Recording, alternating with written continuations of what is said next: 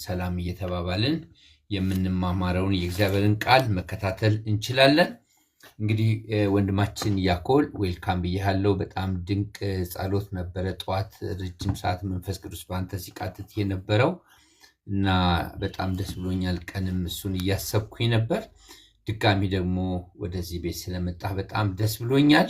እንግዲህ ለተከታታይ 4 ሳምንታት ዮሐንስ ራእይን ጥናት አድርገናል።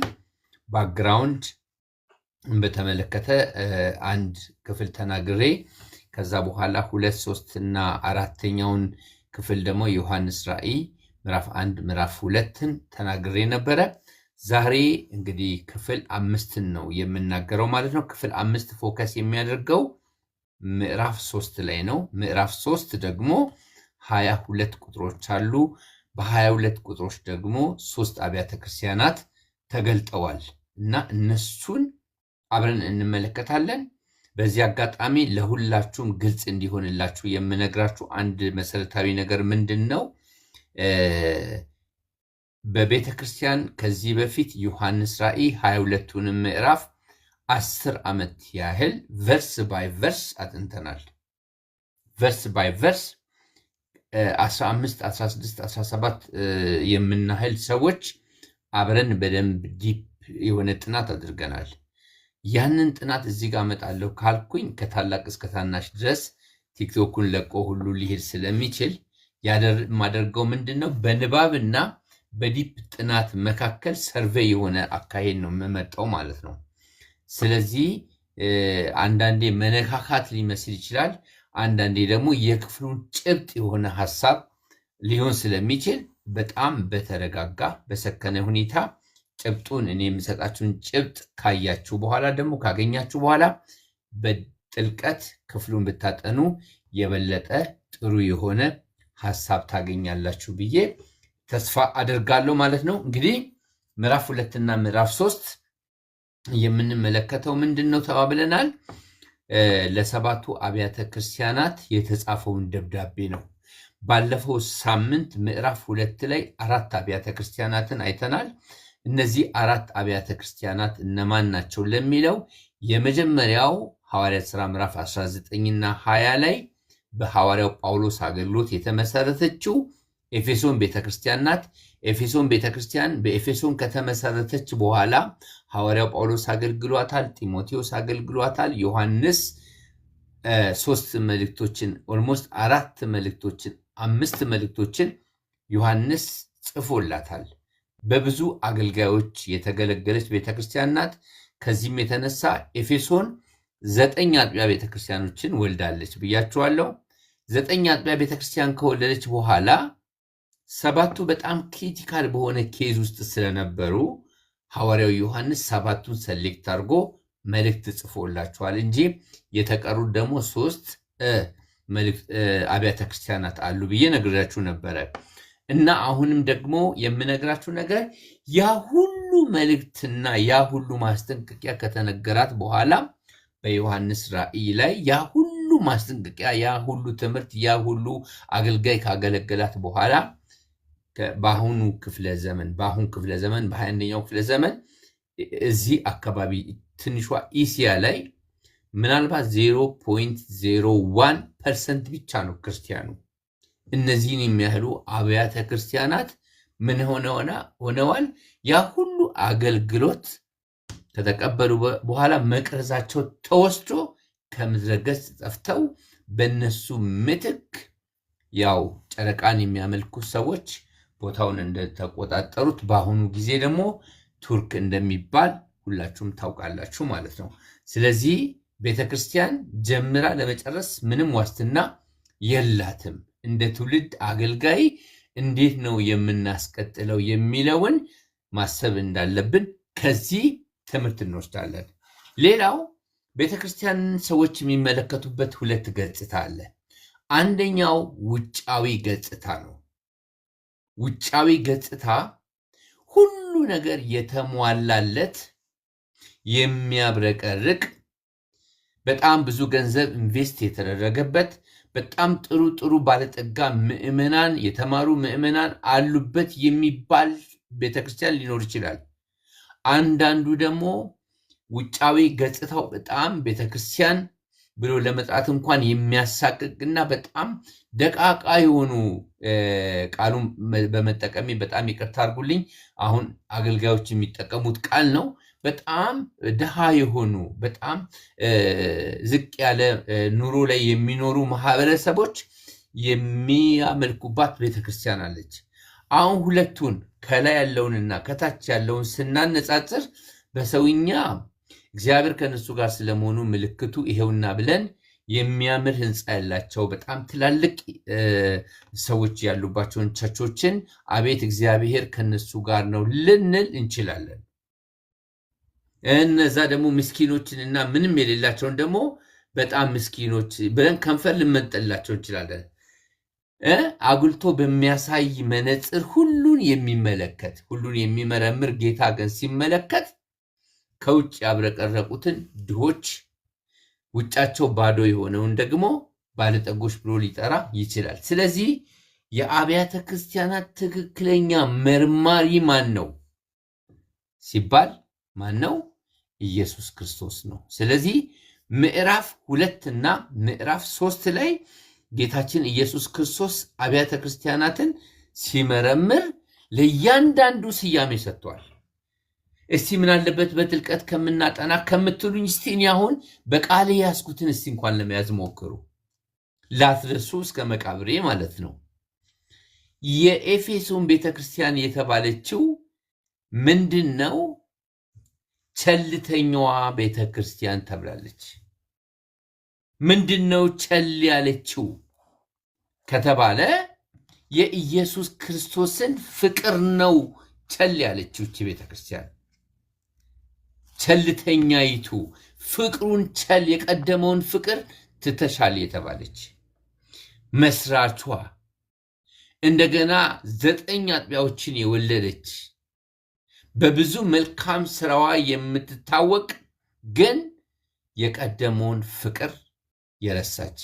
እንግዲህ በጌታ በኢየሱስ ክርስቶስ ፍቅር መንገዳችንን ከጀመርን በኋላ በምናልፍበት የህይወት ውጣ ውረድ ልባችን እየወረደ እየቀዘቀዘ አንዳንድ ቀን ፍቅሩን ሁሉ ልንጥል እንችላለን። ኤፌሶን አንደኛ ቆሮንቶስ ምዕራፍ 13 ላይ እንደምንመለከተው ሁሉ ነገር ኖሮን ሁሉን አገልግሎት ሰጥተን ፍቅር ግን ከሌለን በጣም የምናሳዝነን። በዚህ አጋጣሚ ፍቅር አለኝ ወይ፣ በፍቅር ነው ወይ የማገለግለው የሚለውን ማሰብ ጥሩ ነው።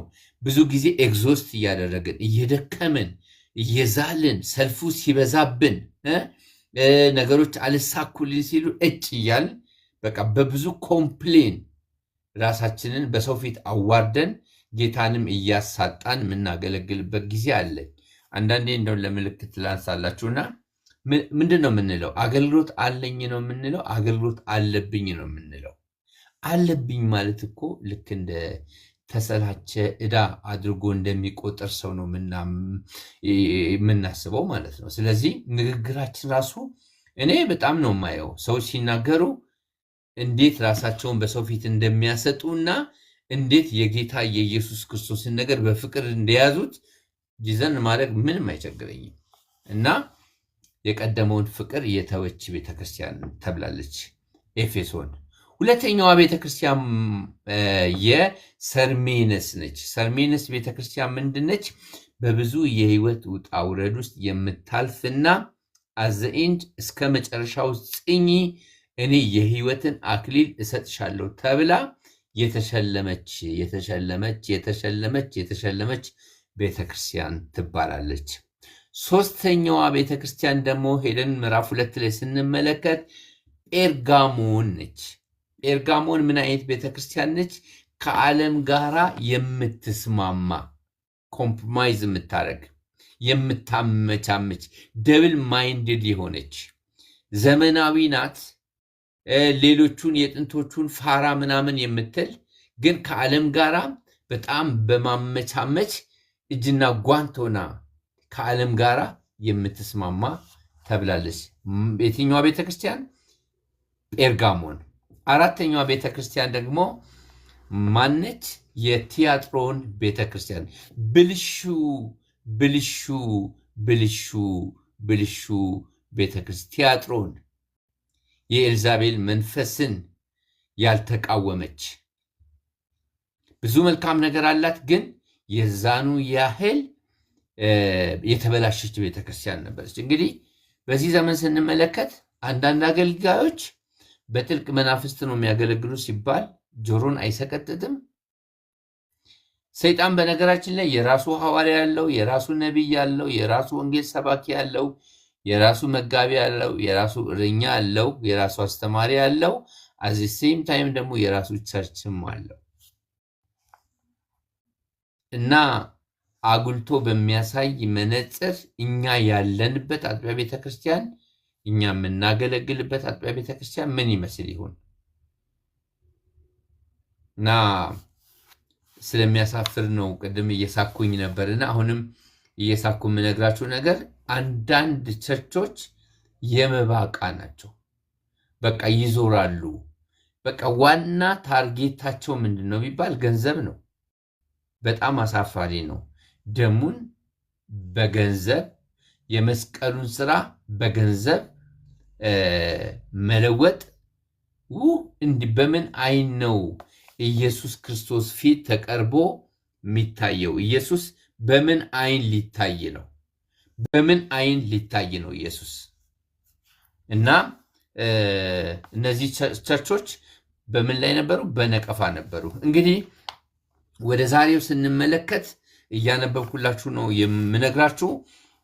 ምዕራፍ 3 ላይ ከቁጥር 1 እስከ 6 የተገለጠችው ቤተክርስቲያን የትኛው ቤተክርስቲያነች? ሰርዲስ ቤት ትባላለች። እስቲ ስለ ሰርዲስ የተባለውን ጠቅለል ባለመልኩ ካነበብኩ በኋላ ጠቅለል ባለመልኩ ስለ እሷ የተገለጠውን ነገር ተናግሬ ለዛች ቤተክርስቲያን ደግሞ የተሰጠውን ስያሜ ልንገራችሁ። ኢየሱስ የሰጣትን ስያሜ። በሰርዲስም ወዳለው ወደ ቤተክርስቲያን መልአክ እንዲህ ብለህ ጻፍ፣ 7ቱ የእግዚአብሔር መናፍስትና 7ቱ ከዋክብት ያሉት እንዲህ ይላል፣ ስራህን አውቃለሁ። ሕያው እንደመሆንህ ስም አለ። ሕያው እንደመሆንህ ስም አለ፣ ግን እሳ ሞተህማል። ስራህን በአምላኬ ፊት ፍጹም ሆኖ አላገኘሁትምና የነቃሁን ሊሞቱ ያላቸውን የቀሩትን ነገሮችን አጽና። እንግዲህ እንዴት እንደተቀበልክ እና እንዴት እንደሰማ አስብ፣ ጠብቀውም፣ ንስሐ ግባ። እንግዲያስ ባትነቃ እንደ ሌባ እመጣብሃለሁ፣ በማናቸውም ሰዓት እንድመጣብህ ከቶ አታውቅም። ነገር ግን ልብሳቸውን ያላረከሱ በሰርዲስ ጥቂት ሰዎች ካንተ ጋር አሉ። የተገባቸውም ስለሆኑ ነጭ ልብስ ለብሰው ከኔ ጋር ይሄዳሉ። ድል የነሳው እንዲሁ በነጭ ልብስ ይጎናጸፋል፣ ስሙንም ከሕይወት መጽሐፍ አልደመስስም። በአባቴና በመላእክት ፊት ለስሙ እመሰክራለሁ።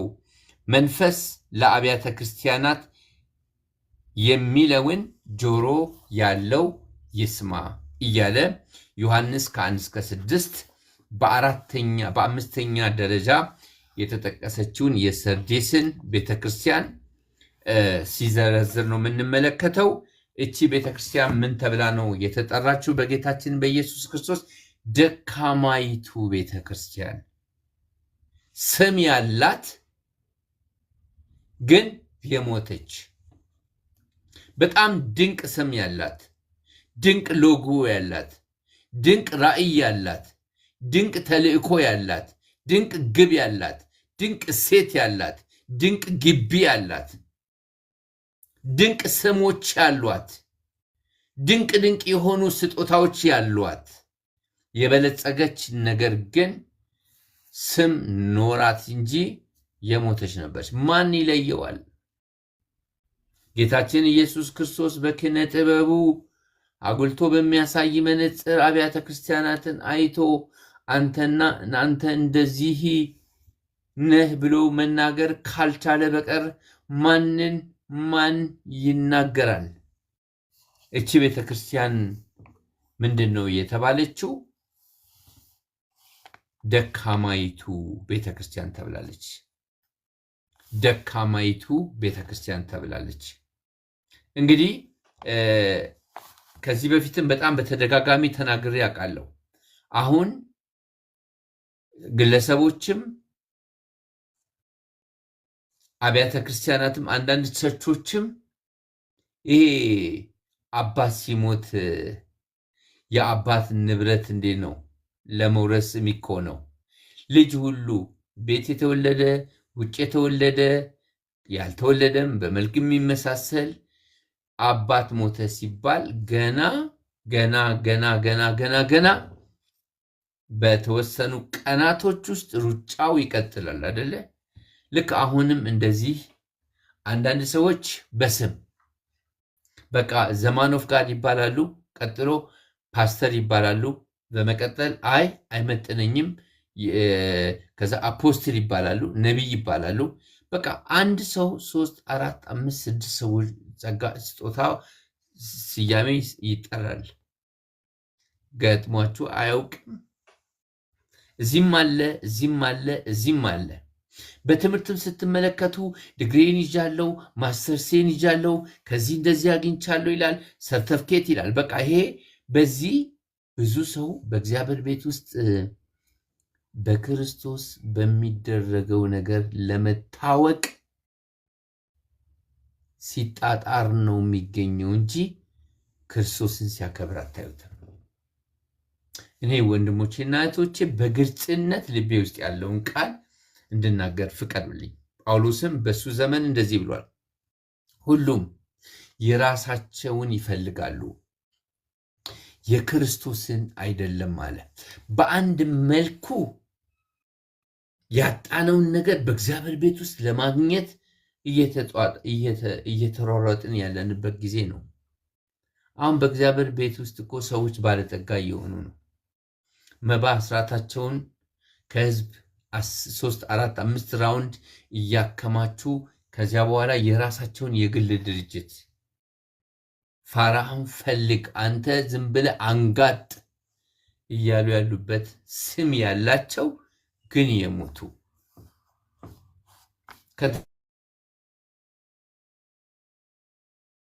ውስጥ እንደሚወጣ ሰው የዳኑ ከሆኑ ይወጣሉ። ግን አንዳንድ አገልጋዮች ደግሞ ያልዳኑም ሐሰተኞችም ናቸው። ያልዳኑም ሐሰተኞችም ናቸው። ከአንድ ወንድሜ ጋር ቅድም እያወራሁ ነበረ።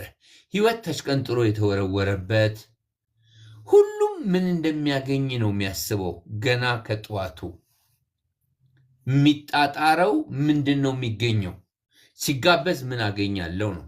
ሲሰብክ ምን አገኛለሁ? ሲጸልይ ምን አገኛለሁ? የሆነ ሰው ከፈለገኝ ምን አገኛለሁ ነው። የሚገኘው ነገር ላይ ብቻ ነው ፎከስ የሚያደርገው። እግዚአብሔር ከእንዲህ አይነት ህይወት ውስጥ በተለይ በዚህ ዘመን እጅግ በጣም አስፈሪ ነው እና የሰርዲስን ቤተክርስቲያን ጌታ ኢየሱስ ክርስቶስ ሲመለከታት እንደዚህ አላት፣ ደካማ ነሽ አላት። ከደካማነት ህይወት እግዚአብሔር ያድነን። በዚህ ግን ጥቂት ያልሆኑ ሰዎች ደግሞ የዳኑ የነጹ ልብሳቸውን ያጠቡ ኩልል ያለ ህይወት ያላቸው ድነው ክብር የሚጠባበቁ ሰዎች ደግሞ አሉ። ሁሉንም በግርድፉ ውድም አናረግም። የተስፋ ጭላንጭል ከሰው ህይወት ውስጥ አናጠፋም። እውነተኛ የሆኑ ሰዎች በዘመናት አሉ፣ ቅሬታዎች አሉት ጌታ ኢየሱስ ክርስቶስ። ስለዚህ ከቅሬታዎች ያድርገን። ህይወትን አስቡ። ይህንን መልእክት ምናልባት እግዚአብሔር እናንተ እንድትሰሙ ወዶ ፈቅዶ እናንተን ወደዚህ ቤት ያከማቸው የራሱ የሆነ ምን አለው? ዓላማ አለው። ዓላማ አለው። ስለዚህ ራሳችሁ በደንብ እንድታዩ እንድትመረምሩ በጌታ ፍቅር ላበረታታችሁ እወዳለሁ። እግዚአብሔር አዋቂ ነው። ሁሌ ሲናገር የራሱ የሆነ ዓላማ አለው ለልጆቹ። ክብር ለእግዚአብሔር ይሁን። ኢየሱስ ክርስቶስ ጌታ ነው። በመቀጠል የምንመለከታት አንድ ቤተክርስቲያን አለች። እስቲ ቆይ በኮሜንት ላይ ልመልከት። የመጀመሪያይቱ ቤተክርስቲያን ኤፌሶን ምን ተብላለች? ማን ነው የሚነግረኝ? ሁለተኛው የሰርሜኔስ ቤተክርስቲያን ምን ተብላለች? ሶስተኛው የጴርጋሞን ቤተክርስቲያን ምን ተብላለች? አራተኛው የቲያጥሮን ቤተክርስቲያን ምን ተብላለች? አምስተኛ የሰርዴስ ቤተክርስቲያን ምን ተብላለች? እሷን ከነገራችሁኝ አንዳንድ የቀደመውን ፍቅር ቸልተኛይቱ ወይም ደግሞ ሞኟ ቤተክርስቲያን ተብላለች። እሺ ኤፌሶን ቸልተኛ የስ።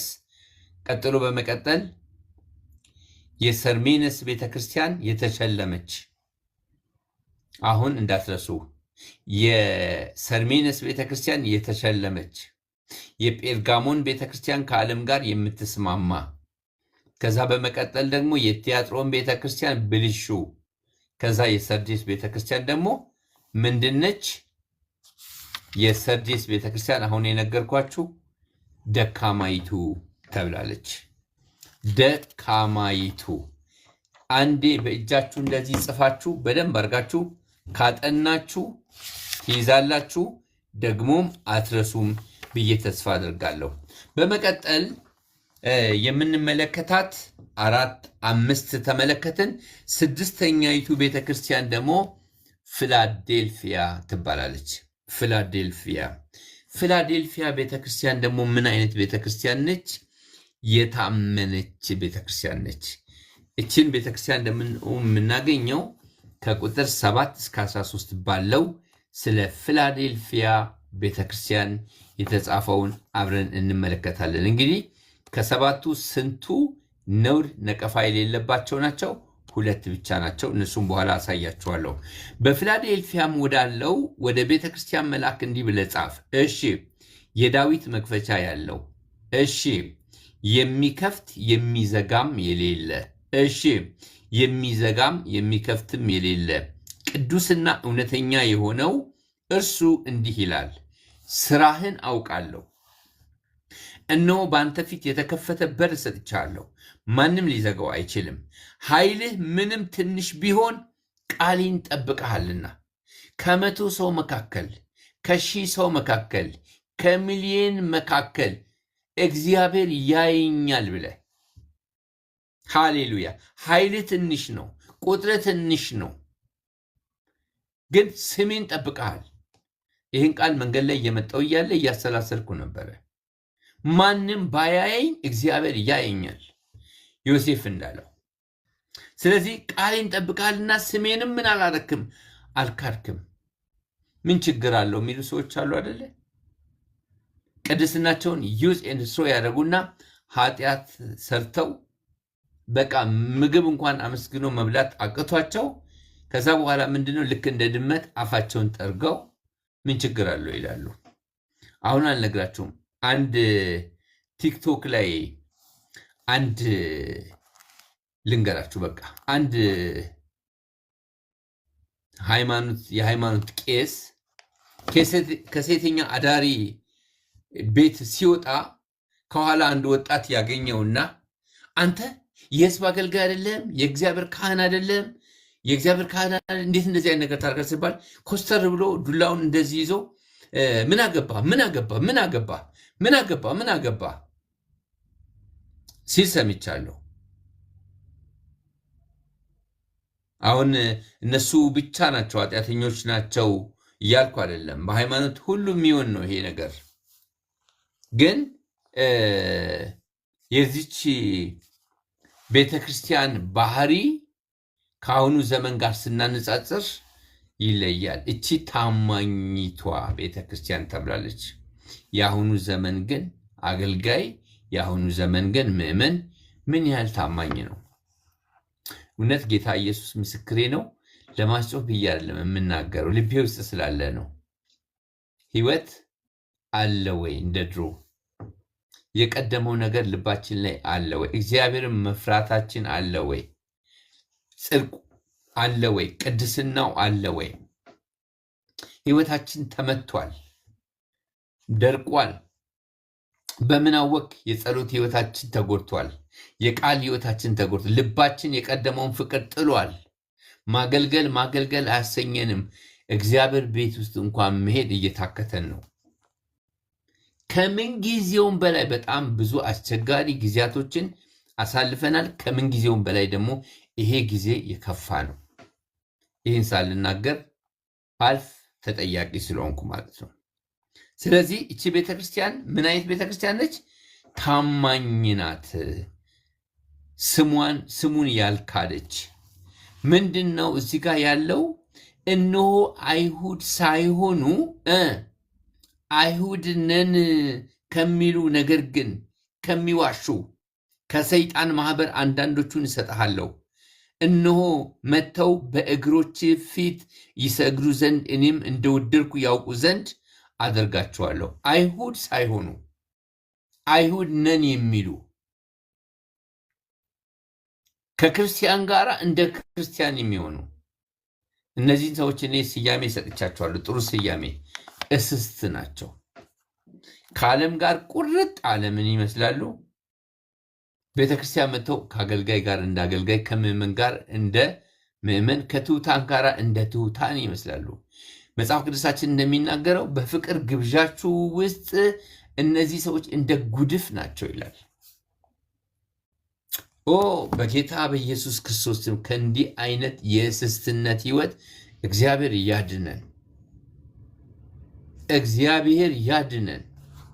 እግዚአብሔር ያድነን። እግዚአብሔር ያድነን። አይሁድ ያልሆኑ እኔ አሁን አይገርማችሁም? ተጠምቆ የጌታ እራት ወስዶ በልሳን ጸልዮ አገልግሎ ተሳስቼ ነበር ሲል ሰው ለአይምሮ አልፎ ተሰጥቷል። የፈለገውን ነገር እንዲያደርግ ወደ ፈለገበት እንዲሄድ እግዚአብሔር ትቶታል። ይህን ሰው ይሁን እንደዛ ካልሆነ በቀር ሰው እንዴት ነው ኢየሱስን ባየበት? እናንተ ኢየሱስን ትታችሁ ከምትሄዱ እዚህ 15 ሰዎችን ያለው መቃብር ለሁለት ተሰንጥቆ ወደ ጉድጓድ ብትወርዱ ነው የሚሻለው። እሱ የአይን ብሌን ነው። እሱ ህይወት ነው።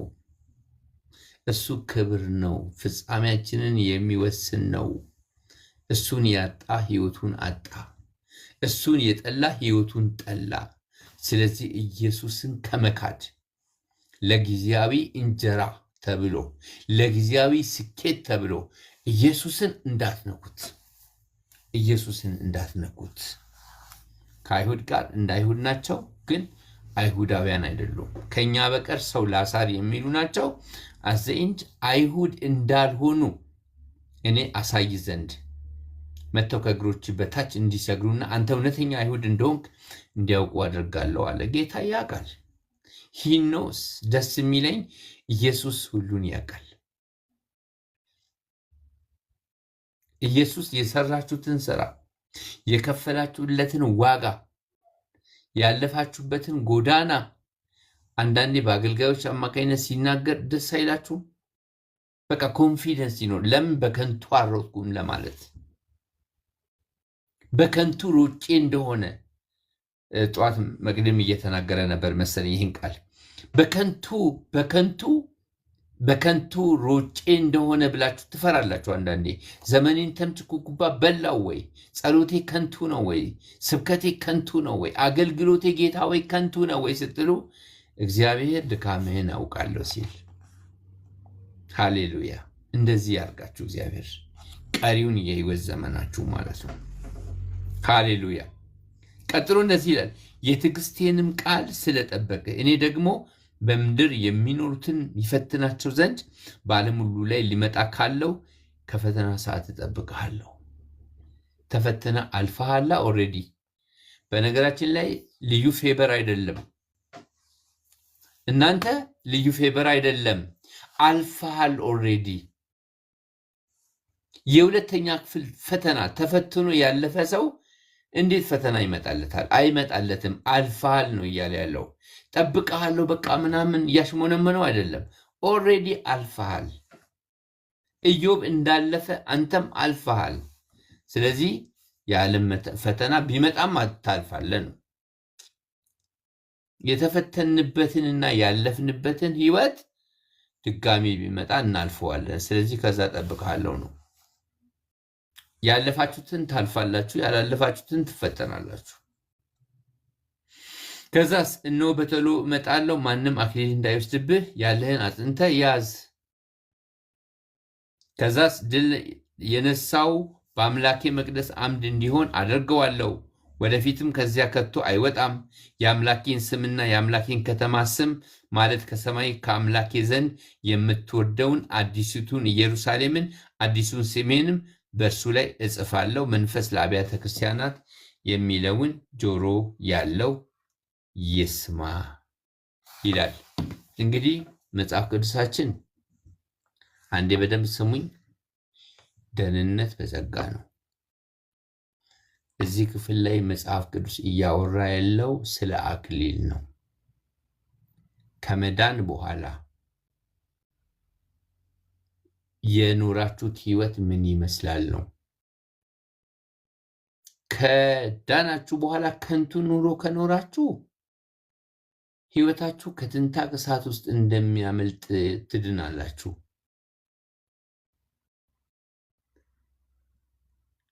ከዳናችሁ በኋላ እግዚአብሔርን ደስ ለማሰኘት ብላችሁ ከኖራችሁ የዘላለምን ህይወት ከዘላለም ክብር ጋር ትወርሳላችሁ።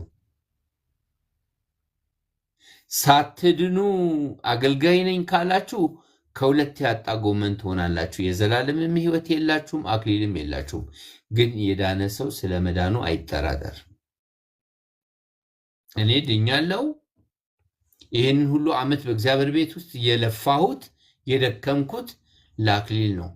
አንዳንዱ ደግሞ እንደዚህ ይላል፣ አይ የዘላለምን ህይወት ካገኘው መንግስተ ሰማያት ውስጥ አክሊልም ይቅርብኝ፣ ምንም ይቅርብኝ፣ ውራ ብቻ ልሁን፣ ብቻ ከመንግስተ ሰማያት አልጉደል ይላል። ለዛ አልተጠራንም። እኛ ሁላችን የዘላለምን ህይወት ከዘላለም ክብር ጋር እንድንወርስ ተጠርተናል። ተጋደሉ፣ ተጋደሉ በውስጣችሁ ባለው ጸጋ፣ በችሎታችሁ፣ በጸጋችሁ፣ በጊዜያችሁ፣ በገንዘባችሁ፣ በትዳራችሁ፣ በልጆቻችሁ ባላችሁ ኃይል ሁሉ ለእግዚአብሔር ክብር ኑሩለት። ምን ሞኝ ነው ዓለም ላይ ስቃይ ያየው ምኖረው ኢየሱስ ክርስቶስ ስለገባኝ ነው። የማይተወውን የዚህ ዓለም ቁስ ላገኘው ለማልችለው ነገር ብዬ ላጣው የማልችለውን ነገር የዚህን ዓለም ቁስ ላገኘው ለማልችለው ነገር ለሰማዩ ስል ትቼዋለሁ። የሚሻለውን አይቻለሁ። እኔ የእምነት አርበኛ ነኝ። አንቺ የእምነት አርበኛ እንድትሆኝ ተመርጠሻል። አንተ የእምነት አርበኛ እንድትሆን ተመርጠሃል። ክብር ለኢየሱስ ይሁን። ኢንካሬጅ አደርጋችኋለሁ። ያላችሁን አጥብቃችሁ ያዙ። እዚህ ላይ እንዳለው ያለህን አጥብቀህ ያዝ። እስቲ ያለኝን አጥብቄ ይዛለሁ ብላችሁ 13 ሰዎች አላችሁ። 3 ሰዎች ብቻ ከቻላችሁ ጻፉ። ያለኝን አጥብቄ ይዛለሁ፣ ጥብቅ እላለሁ፣ ከጌታ ጋር ጠጋ ጠጋ እለዋለሁ። ክብር ለኢየሱስ ይሁን።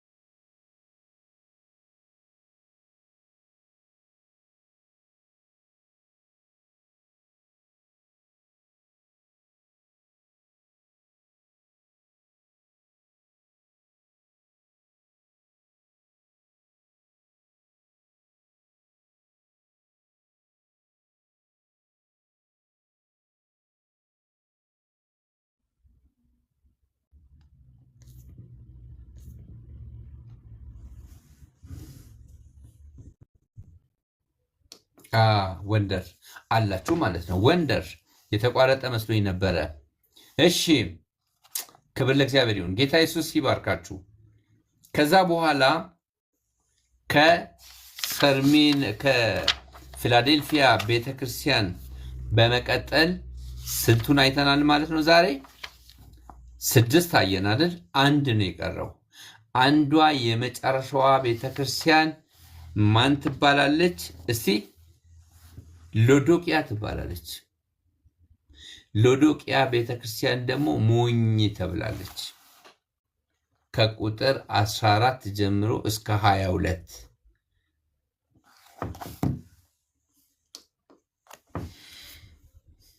ሎዶቅያ ሞኝ ቤተክርስቲያን ተብላለች።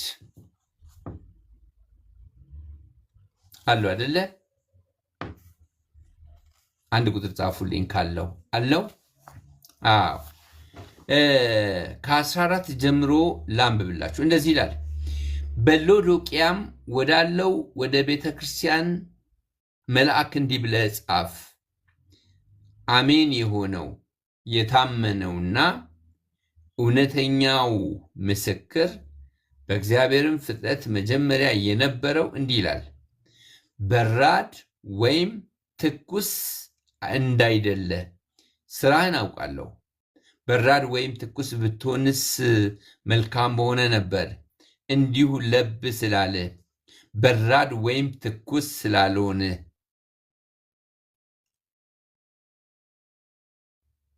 ካፌ ልተፋ ነው።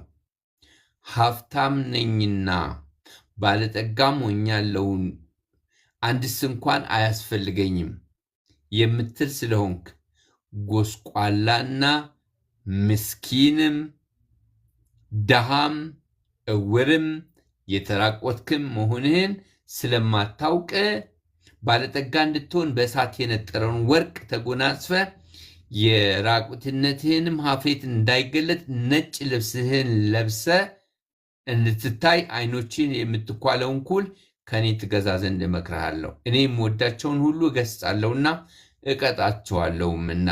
እንግዲህ ቅና፣ ንስሐ ግባ።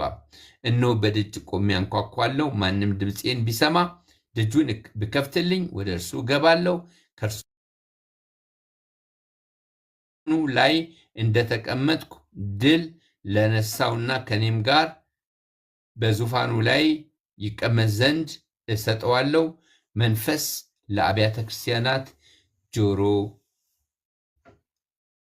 ለአብያተ ክርስቲያናት የሚለውን ጆሮ ያለው ይስማ ይላል።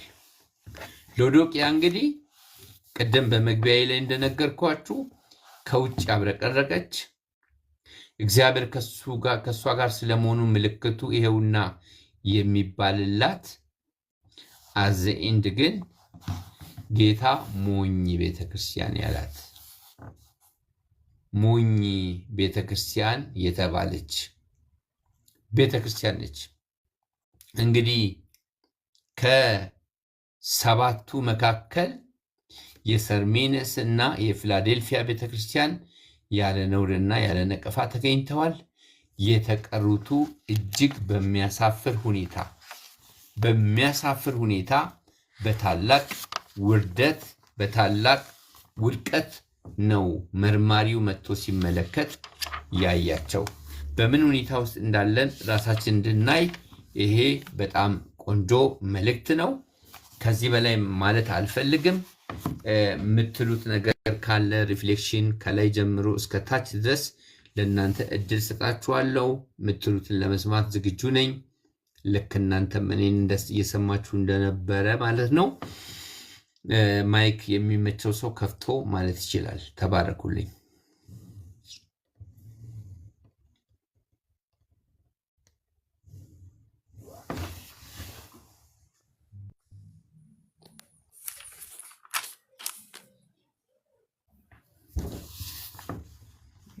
ፓስተር እግዚአብሔር ይባርክህ፣ ጸጋውን ያብዛልህ። እኔ ዛሬ የዮሐንስ ራእይን ጥናት ስገባ የመጀመሪያዬ ነው።